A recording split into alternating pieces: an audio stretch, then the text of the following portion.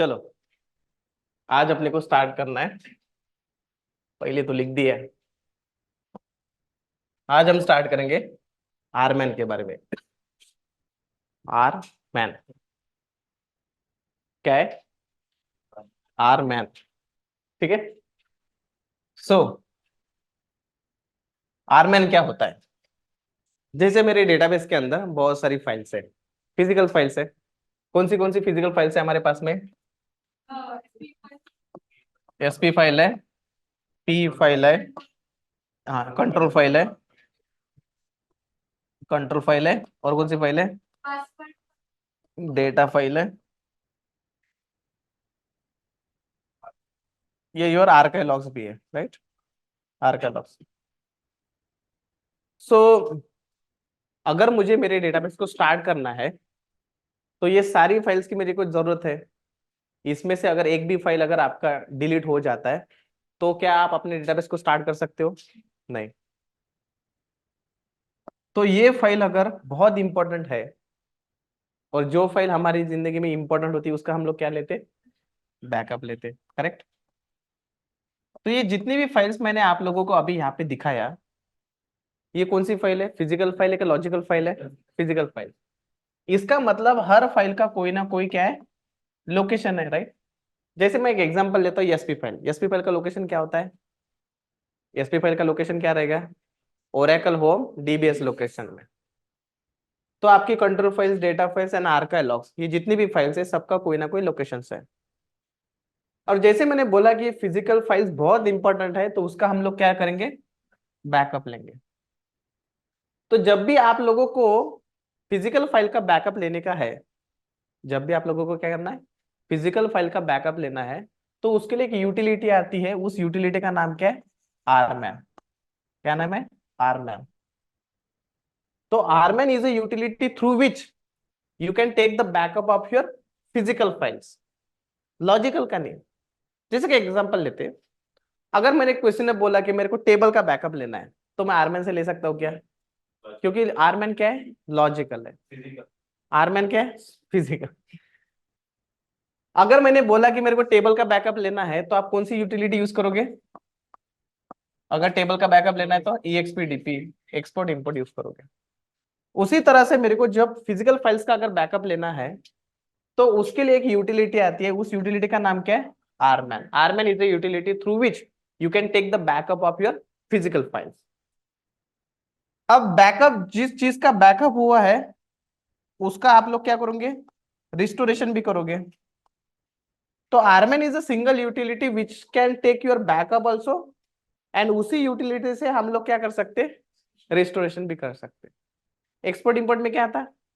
Export के लिए अलग यूटिलिटी था, इंपोर्ट के लिए अलग यूटिलिटी था। करेक्ट। लेकिन आरमैन में क्या खासियत है पता है क्या? दोनों भी चीजें हम लोग एक ही यूटिलिटी से कर सकते हैं, आरमैन से। समझ में आया? अब आरमैन क्या होता है? अब आरमैन के बारे में थोड़ा सा डिस्कस करते हैं। सबसे पहले ये चीज है कि बैकअप कौन से टाइप के होते हैं भाई। ओके। सिर्फ मैं बैकअप की बात कर रहा हूँ, आरमैन की बात नहीं कर रहा हूँ, सिर्फ बैकअप की बात कर रहा हूँ। दो टाइप के बैकअप होंगे आपके। एक होता है आपका हॉट बैकअप, एंड दूसरा जो बैकअप होता है कोल्ड बैकअप होता है। पहला कौन सा बैकअप होगा? Hot backup. एंड दूसरा रहेगा कोल्ड बैकअप। तो हॉट बैकअप का मतलब क्या होगा? डेटाबेस को गर्म करेंगे क्या, हम फिर बैकअप लेंगे क्या? आ डेटाबेस को क्या करना पड़ेगा? गर्म।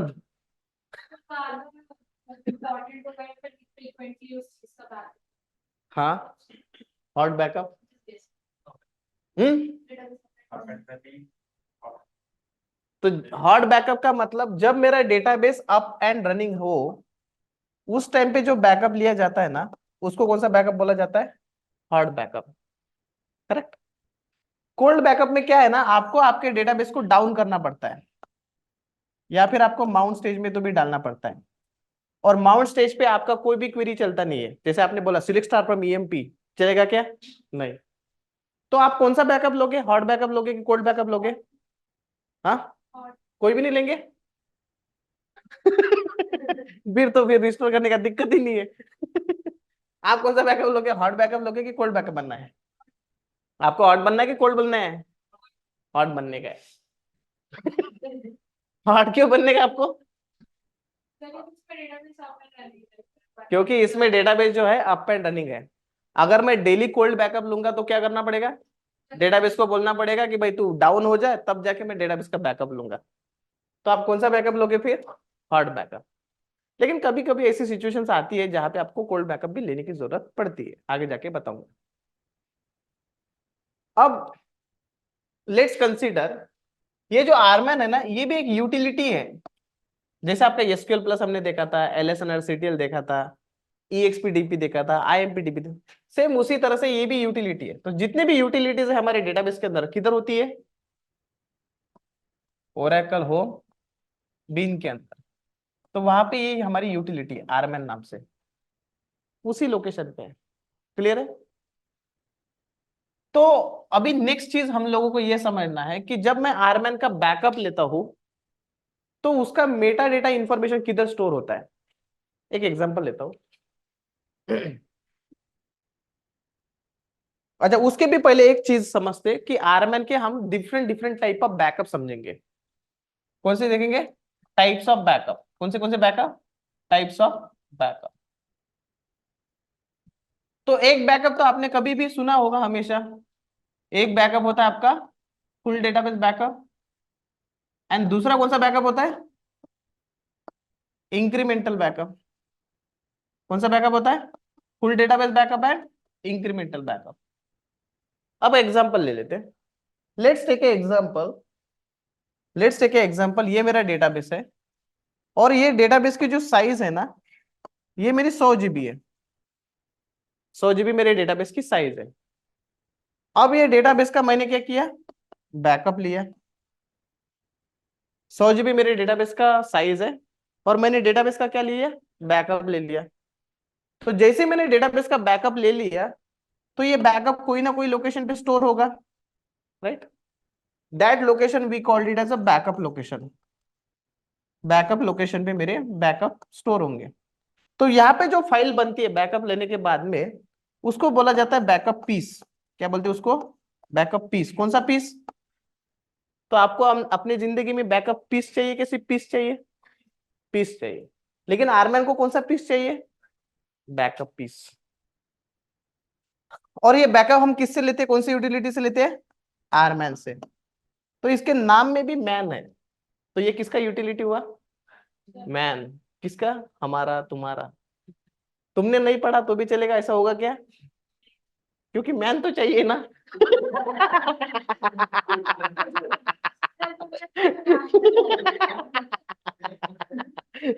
ठीक है।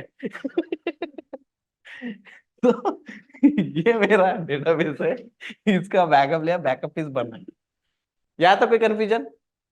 ठीक है। तो सबसे पहला वाला जो बैकअप है, ये कौन सा बैकअप है? Full database backup. कौन सा बैकअप है? Full database backup. तो इसके पहले वाला जो जोक था, उसका गुस्सा किसी ना किसी को आया होगा। सबसे ज्यादा किसको आएगा वो बताओ? नहीं नहीं नहीं।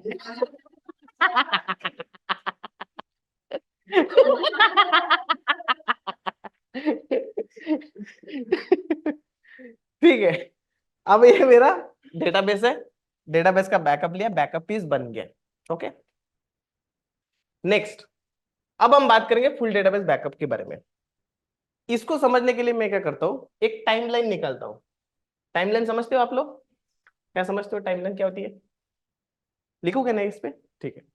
अब हम बात कर रहे हैं फुल डेटाबेस बैकअप के बारे में।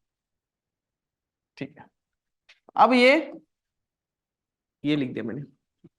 तो आज समझो, आज है मेरा संडे। फिर कौन सा दिन है? मंडे। फिर कौन सा दिन आएगा? ट्यूसडे। फिर कौन सा दिन है? वेनसडे। कितने दिन होते हैं एक हफ्ते के अंदर? 7। तो आज अगर संडे है तो 21 दिन बाद कौन सा दिन आएगा? संडे। अभी रीटा बताएंगे। पक्का? अब मेरे को बताओ, आज अगर मेरा मंडे है तो 23 दिन के बाद में कौन सा दिन आएगा?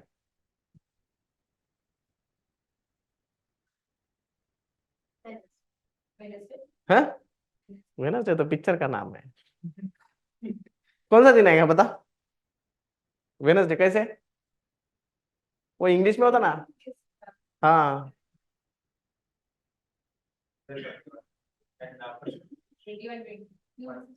ट्यूसडे आएगा ना, ट्यूसडे आएगा ना।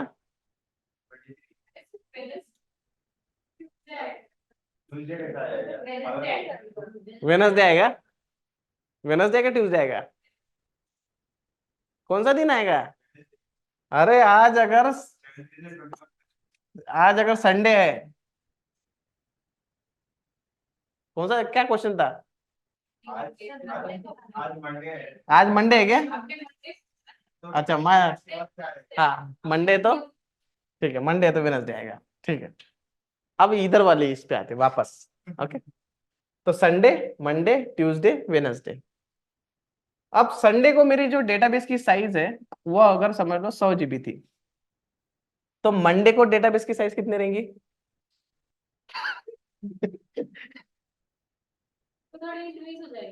इंक्रीज होंगी कि डिक्रीज होंगी। हाँ, बढ़ेगी ना, आदमी की हाइट तो बढ़ती बढ़ती जाती है ना। तो संडे टू मंडे कुछ ना कुछ इंच तो बढ़ा होगा आदमी। नहीं, मैं ये बोल रहा हूँ आज मेरे डेटाबेस की साइज अगर संडे को 100 GB है, तो मंडे मेरे डेटाबेस का साइज कितना रहेगा 120 GB। इसका मतलब संडे टू मंडे 20 GB का डेटा किसी ने तो भी इंसर्ट किया होगा। नॉर्मली इंसर्ट ही होता है। मंडे टू ट्यूसडे कितनी है 140, इधर कितनी है 160, मतलब 20-20 GB हर दिन कोई तो भी ऐड कर रहा। आई एम अभी 20 GB की जगह पे 30 GB भी हो सकता है। I am just giving a example. तो संडे को अगर मैंने फुल डेटाबेस बैकअप लिया, तो बैकअप की साइज कितनी बनेगी लगभग लगभग 100 GB बनेगी ना। 100 GB का डेटाबेस है तो 100 GB का बनेगा, करेक्ट। मंडे को अगर मैंने फुल डेटाबेस बैकअप लिया तो बैकअप साइज कितना बनेगा। हाँ, इधर बैकअप एक सौ, बैकअप का साइज कितना बनेगा 120 ही बनेगा ना। अरे बाबा इस दिन 100 GB का डेटा, फुल डेटाबेस बैकअप ले रहे हैं ना हम लोग, तो जितने डेटाबेस की साइज रहेंगी उतना ही बैकअप बनेगा ना।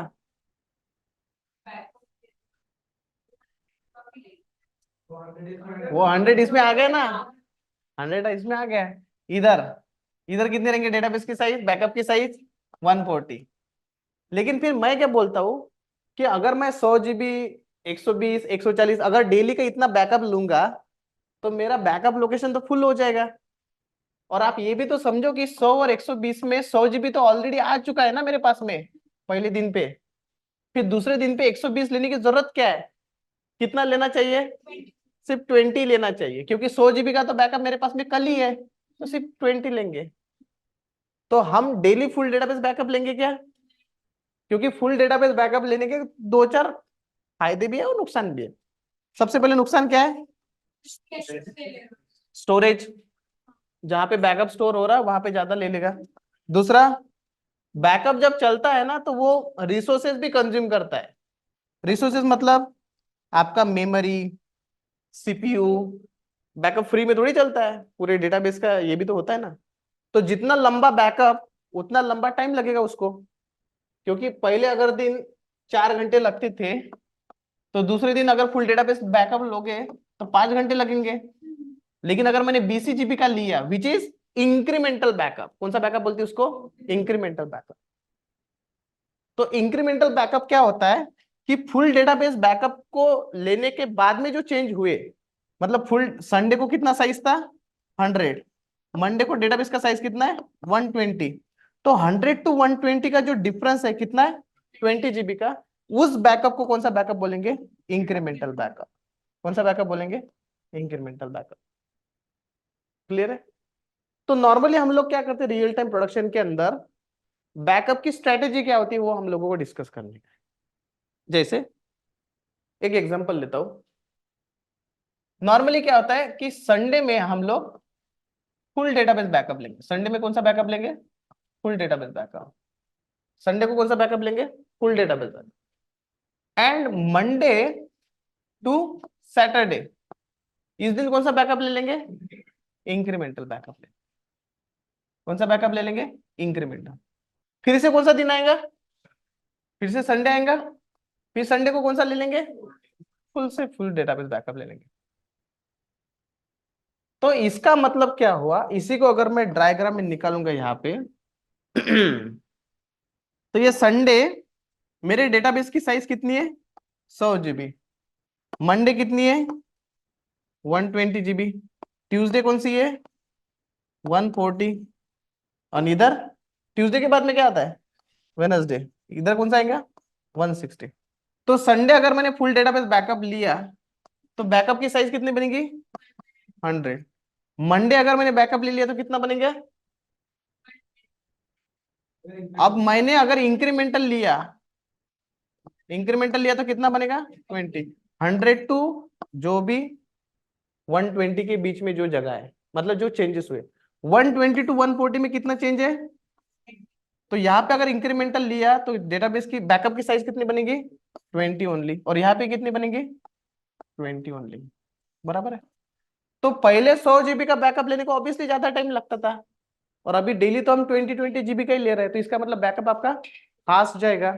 उसके बाद में रिसोर्सेज भी बहुत कम लगेंगे, तो आपका परफॉर्मेंस भी अच्छा रहेगा ना, बाकी भी तो जॉब चलते रहते हैं, राइट।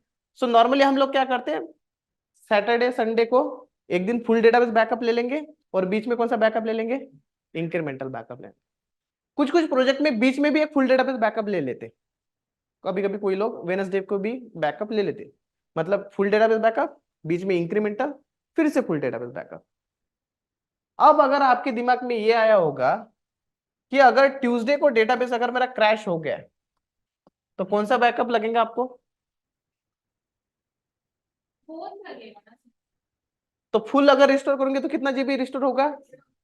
और मंडे भी तो चाहिए ना आपको, इसका मतलब फुल भी चाहिए, मंडे का इंक्रीमेंटल भी चाहिए। आप लोगों को समझ में आ रहा है? तो ये बात हम रिस्टोरेशन में पढ़ेंगे। ओके। तो आरमैन में बैकअप के अलग अलग टाइप होते हैं, जैसे लेवल 0, लेवल 1, देन आपका डिफरेंशियल, क्यूमुलेटिव।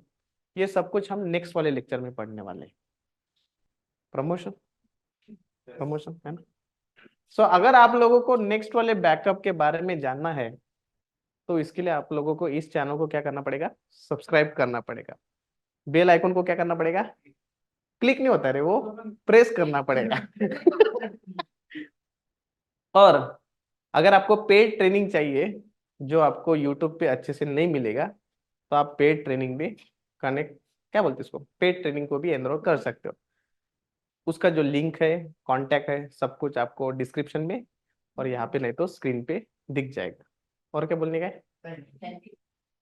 थैंक यू बोल भी दो क्या? Thank you for watching me and thank you for listening my voice.